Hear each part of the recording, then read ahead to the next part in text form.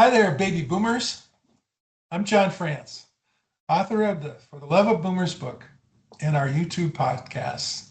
And today we're featuring our very first three-time baby boomer Big Brothers Big Sisters mentor and part-time sea captain, yes, Glen Coppers. Good morning, Glen. Good morning. How are you? I'm great. I'm really excited about this conversation. Glenn is a fascinating new friend for me, and he has a rich history of service to others. His reputation is he has a huge heart. People refer to him as a teddy bear, a philosopher, a teacher of poetry and hope. And that you must be, proud to have people refer to you that way. I can't imagine a better label than that. We met each other through our volunteer work at Big Brothers Big Sisters of Milwaukee here in Wisconsin.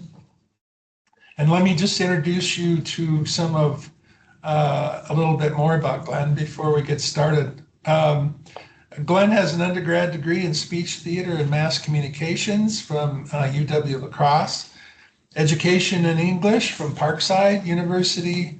He's a Master of Arts in Liberal Arts from St. John's College in Annapolis, Maryland, on a Bradley Fellowship.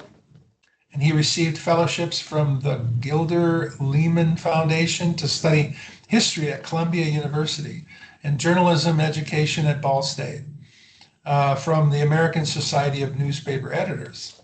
And he taught English in the Saitama. Oh, thank you. School system in Japan on a Fulbright scholarship. So very impressive educational credentials.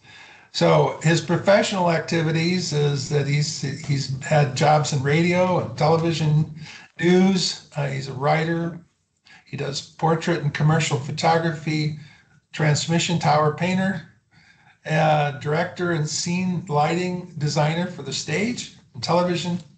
After college, he spent 17 years managing motion picture theaters at the Marcus Corporation.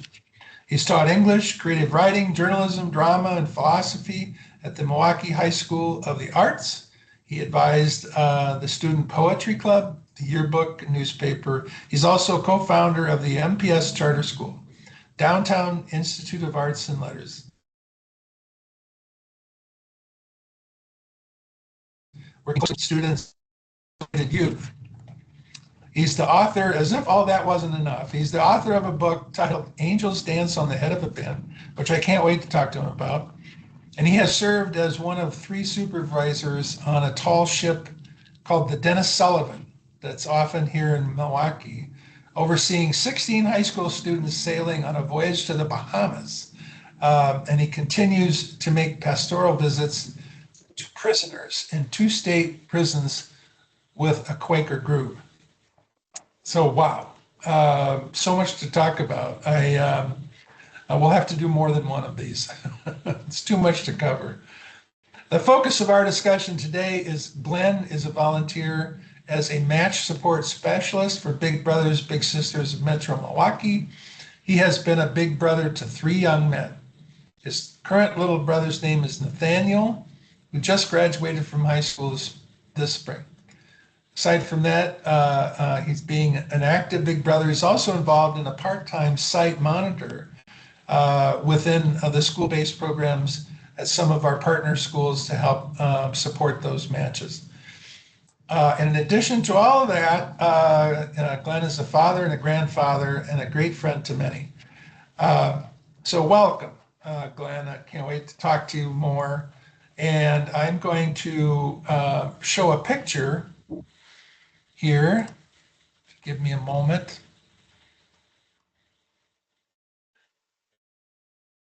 And I'm just going to ask you to talk to the pictures, including telling us about your cat Cricket. Well, Cricket's been with us for a long time. She's currently blind and finding her way around the house. And but we hope to hang. She's losing weight, but we hope she hangs in there for a while. We named her Cricket because she squeaks when she used to squeak when she purred, and that's how she got the name Cricket. Um, and she crawls up in my chair usually when it's time to feed her. Um, the other pictures here, there's a picture of my wife and myself and my second little brother Donald Gapko um, on a ski outing. I think that was at Cascade near Madison. Donald is well, let's see, he's a father of two, and so we haven't been matched. The last time we saw each other was for his mother's funeral. And down in the bottom corner is a picture of me at my desk at High School of the Arts. Must have been around Halloween time that one of my students got a photo of me. And then the fourth picture is me and my current little brother Nathaniel or Nathan. We were in the Cave of the Mounds there, just I think southwest of Madison, and exploring the underground there. Um, and as John said, Nathan just graduated from high school. He was at McDowell, and he's going to be going to UWM in the fall in nuclear physics. Wow, that's great. Uh, what a great story. And that's what we're gonna talk about here as we go on. But we're really talking to our target audience for this video initially are boomers, baby boomers. And we're trying to educate them and encourage them to around volunteerism. And the goal for all of this is really to live our best life, for everyone to live their best life and make sure that they enjoy their life and make sure they're doing the activities in their life that will give them purpose and make them happy with their life.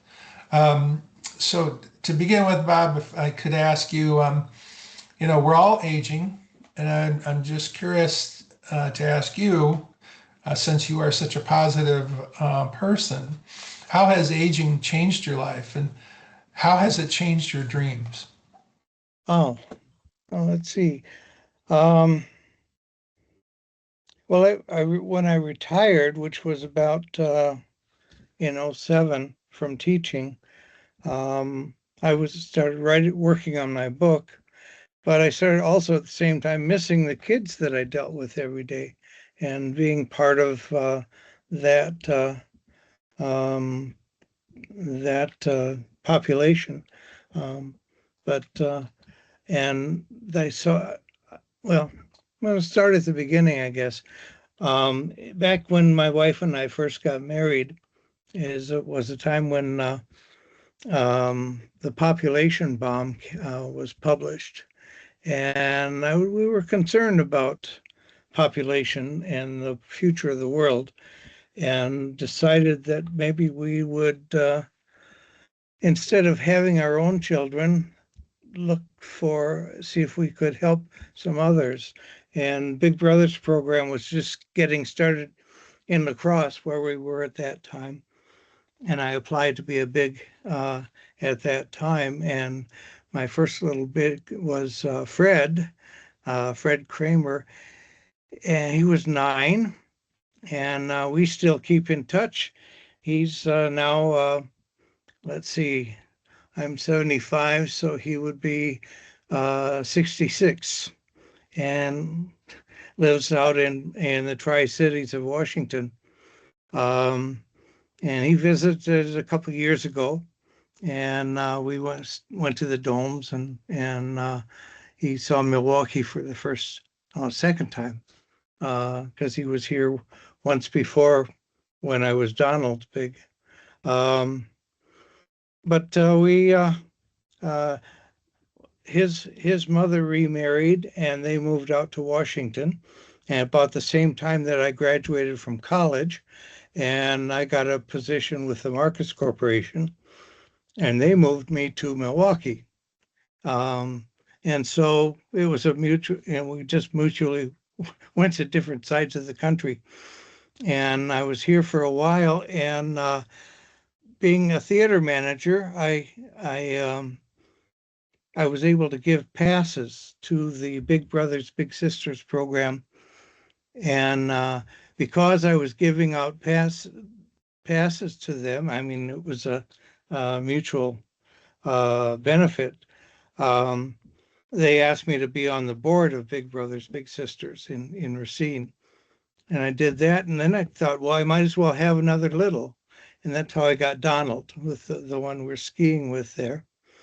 And he lived just a few blocks from one of my theaters, and I ended up hiring him and his sister in the theater as well. Then he graduated from college.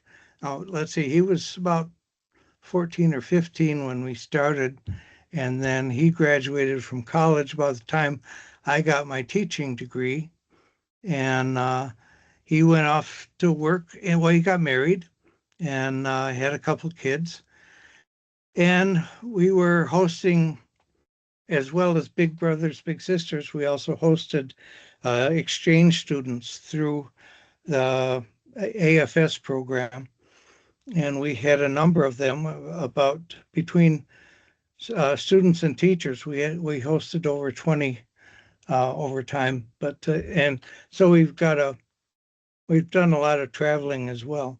Um, but we hosted a student from South Africa who, when he was here, he never knew his father, and while he was here, his mother passed away, and he went home, and things in South Africa. He was a black student, and in South Africa were not very good. It was during apartheid, and so we were able to, after a while, to convince him to come back and live with us to go to college, and he did. He came back, and with the help from some of our friends in Milwaukee or in Racine, because he had a lot of friends in Racine. He came back and lived with us while he was going to college, and then graduated and got a job with um, a hotel chain, and they moved him out to San Francisco.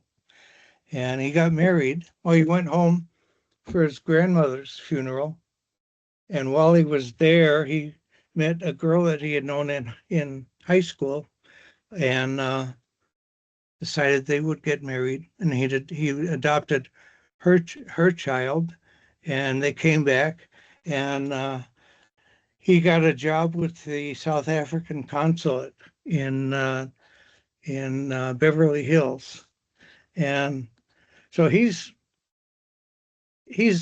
ever since he's been with us, he's called us mom and dad.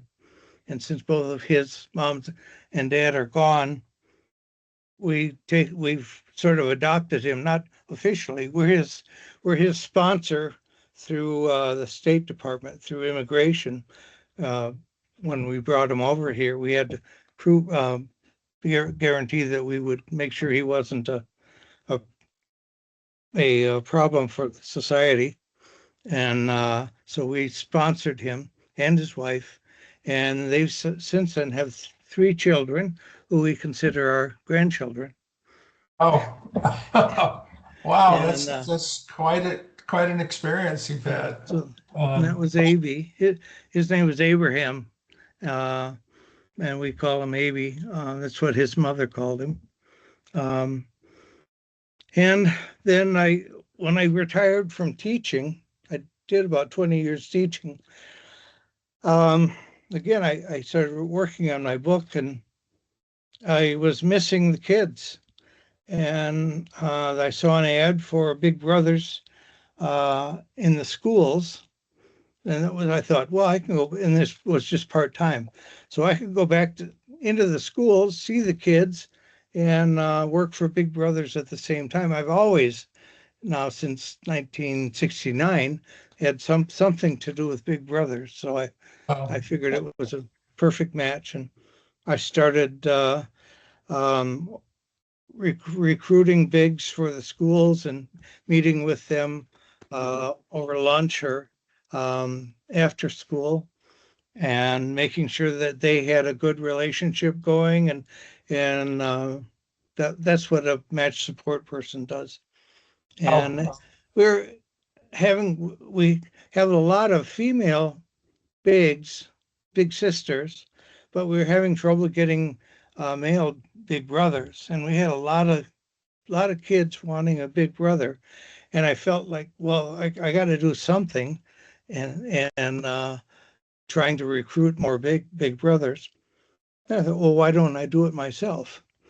Some with some reservation, since I was already 70 years old, or but they've fixed me up with Nathan, and it really turned things around for me. Um, because now I have a reason to get up and do things that well, it's sort of like a bucket list. All the things I wanted to do that hadn't done, I could now do with my little brother. And we've yeah, gone to Cave of the Mountains. We've gone skiing, and we joined the Sea Scouts, and we go sailing. Um, and it's just been I don't feel 75 anymore. I'm back yeah, feeling like I was, well, I do have some aches and pains, but yeah. emotionally, I'm back where I was 50 years ago when Fred was my little. Well, let me ask you this. It's what a wonderful story. I can see what big brothers and big sisters, what that experience was like for you. Do you recommend it for others, for other boomers, as an example? Do you think other boomers should consider being a big? Well, it turned me around. I mean, it gave me. Um, I mean, I'm busy all the time now, uh, because I've got things to do with Nathan, and I have to think about his graduation is coming up on the 23rd, and so, and we just spent first thing when we first met, he had just had an accident on his bicycle and got hit by a car, and he wasn't injured too badly, but his bicycle frame was bent. And back when a few years back, I was familiar with this had happened to me when I was teaching.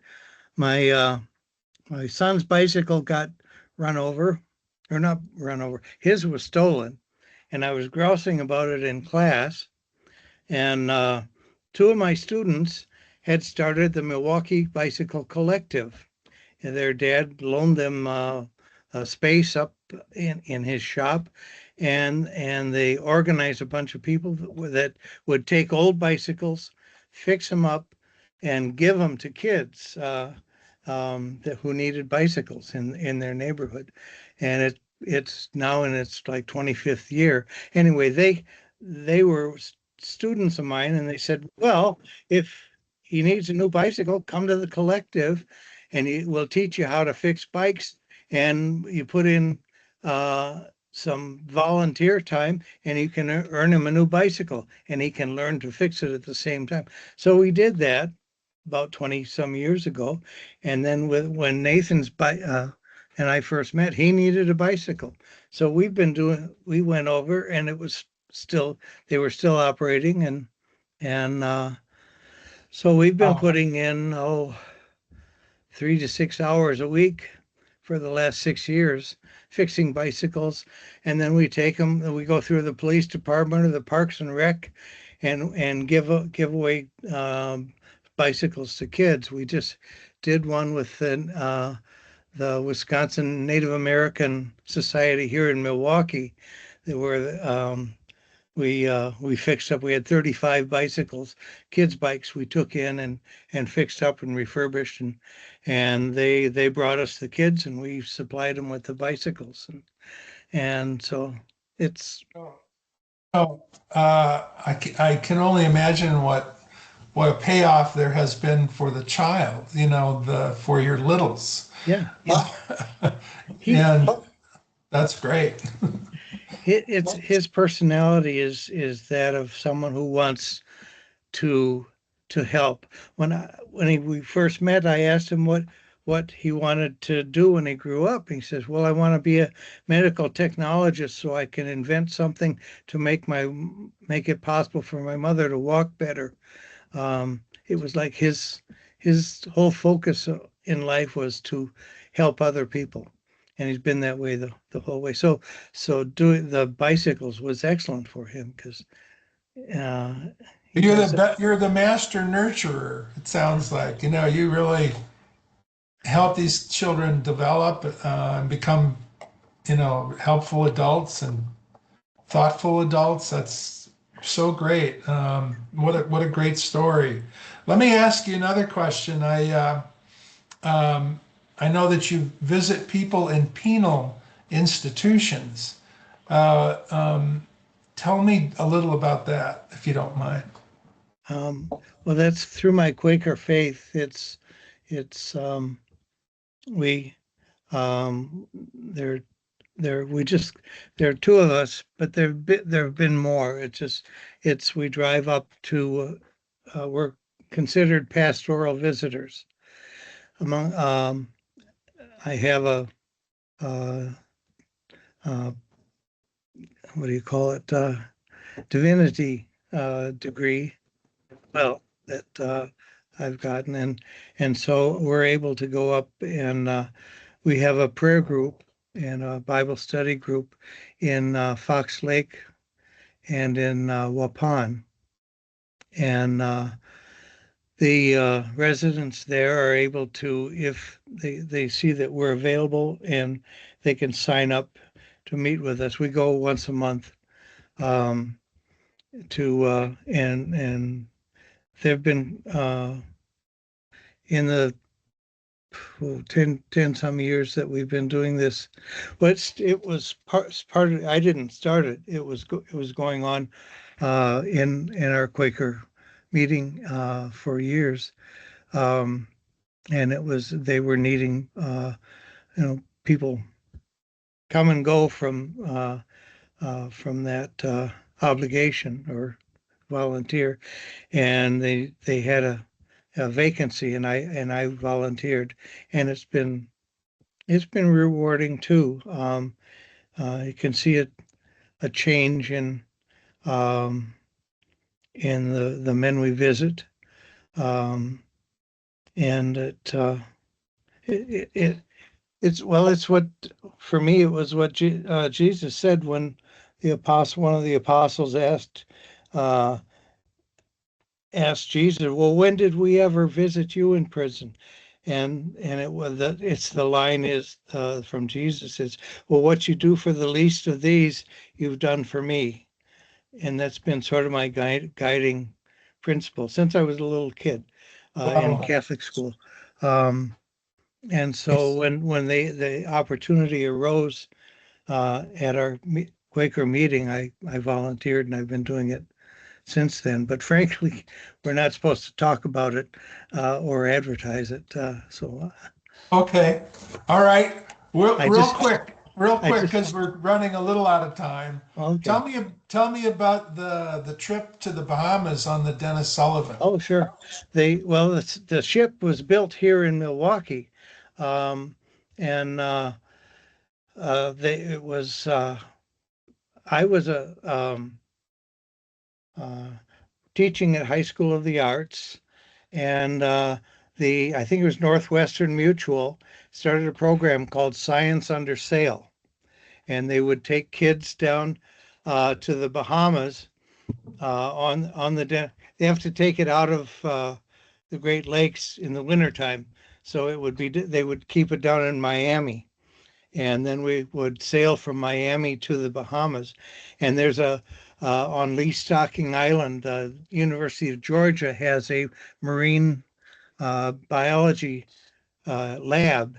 And we would sail to the lab from Miami, and it was like 2 weeks. The kids were supposed to learn how to uh, keep their water supply. The ship has only so much water, and when they run out of water, they they they they were going to have to drink something else. Anyway, it was a so they would it was in making it making the kids aware of how important, how very important the Great Lakes are and fresh water is, because when you're at sea, you have to bring your own water with you. But then they also did experiments. They would test the salinity of the water. We went to the Sargasso Sea and collected uh, plankton and seaweed. The Sargasso Sea is covered with seaweed for miles. And we sailed into that and took samples, went back to the lab, and they were identifying different animals and plants under microscopes. They would look for larvae from uh, different fish and different sea fish. And so it was a 2 week Oh, scientific, intensive scientific thing. So wow. it was really, and I had hardly ever sailed before, so I got interested in sailing from that. Yep, Uh, nice. Well, what a great thing to do. And I can't imagine how great it was for those 16 teenagers, that it must have been, something that they learned a great deal and they would never forget. I'm going to wind this up by asking you my last question, which is what do you think is the best way for baby boomers and other seniors to stick together? How do we stick together and support each other? mhm. Well, I the we meet the faculty at High School of the Arts. We sort of have an alumni association. We meet every so often um, for lunch, and we tell each other what we're doing. And I've recruited some big brothers through there, big brothers, big sisters, and we just keep up with what we're all doing, so that we and this is where I find out about. Um, there's a senior group in River West that my wife and I go to periodically, and um, the Sea Scouts is another one. There's a couple of old sailors run the Sea Scouts here in Milwaukee at South Shore Marina, and so we're sailing. Now, starting next week, we'll be sailing every Thursday through the summer, and it's Great. That's yeah, great. there's lots of things. The River West senior group has a publishes it. Well, they're online almost every day with things for seniors to do. In fact, I get emails from them regularly about this is going on, this is going on, and it involves seniors, but also grandkids, and it. I've given talks there about Big Brothers Big Sisters, and we've recruited a few from there. So it's that that's how I see it again. Also, my church group, the Quakers. Um, that's both the guys I go to uh, do pastoral visits with are um, one's older than me and one's about 10 years younger than me. We we and we have a group we call the Bog, which is short for a bunch of old guys. We meet at someone's house every uh, 2 months and have a spaghetti dinner, and it just keep joining, doing things, Right. um, Wonderful. and things that when you've done them, you feel like, wow, I did something. That I my life has meant something because I helped this person, I helped that person, I taught this one, and It's just, Good for you. I'm having a ball. Well, it certainly sounds like it, and I'm really so grateful for this interview and for learning from you. Your wisdom about living a great life and helping others live a great life as well is really profound. So maybe I'll wind up at this today by saying I'm so grateful that you joined me, and I really appreciate it, as will everyone watching. And then I will move to how I normally wind up these interviews, and that is with the bottom line is that we all adapt to the world as it changes, and we boldly go on. And until next time, remember to take good care of yourself, and remember it's your heart that takes you places. So bye bye for now. Okay. Bye bye, Glenn. Bye-bye.